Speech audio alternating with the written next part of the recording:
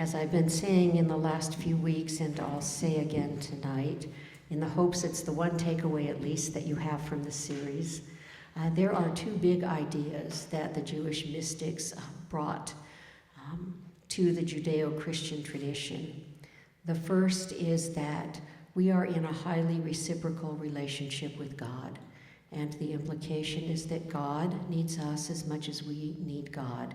It is a true relationship, interdependent. The second is that God can be described as having 10 qualities, which are both male and female, equally balanced. We began this series talking about the fact that there is this idea of an infinite unknowable about which really nothing can be said. It's called Ein Sof. And then we have the emanations of the tree of life. And at the very top of the tree, we have something that is very close to completely unknowable because it is barely knowable, and it's called Kether. Below that, we have a pair. They are a masculine and feminine pair. One is called Chokmah, which means wisdom. The other is called Binah, which means understanding. And when the mystics talk about how God emanates between this transcendent God, that about which so little, if anything, can be said, and the immanent God, who is feminine and called Shekinah, and we've talked about her a bit. But as this unfolds, it starts with Chokmah, a point, just an infinite point, barely something coming into existence. And from that point, what moves over across the tree of life goes to Binah, and she is represented by a circle. She is the womb from which all the other Sephirot, the whole tree of life, then emerges.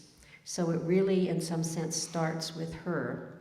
But these two are balanced, masculine and feminine, as are the other pairs that come down the tree of life. And today I found this reflection that I just loved so much. I thought I would read it to you, but it's rather long, and so I'm speaking very little other than that.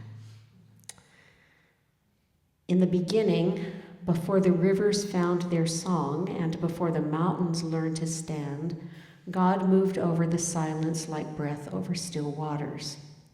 Father of fire, mother of mercy, the one from whom all tenderness and strength are born. He is the voice that calls worlds into being, the pillar of courage, the keeper of covenant.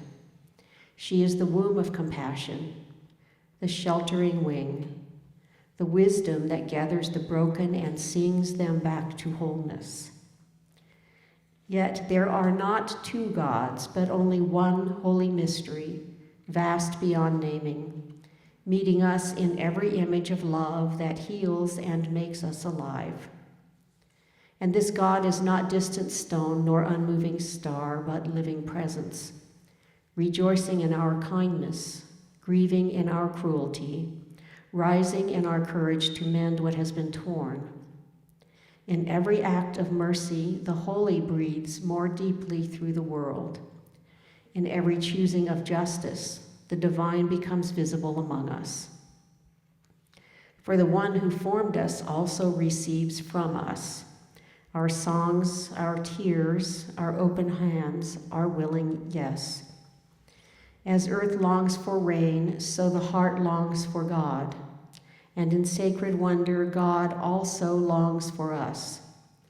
That love might be completed in communion, that heaven might find its echo in human hands and human hearts.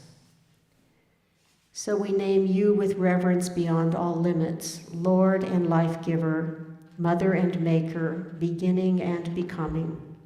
You are the strength that steadies us and the gentleness that restores us.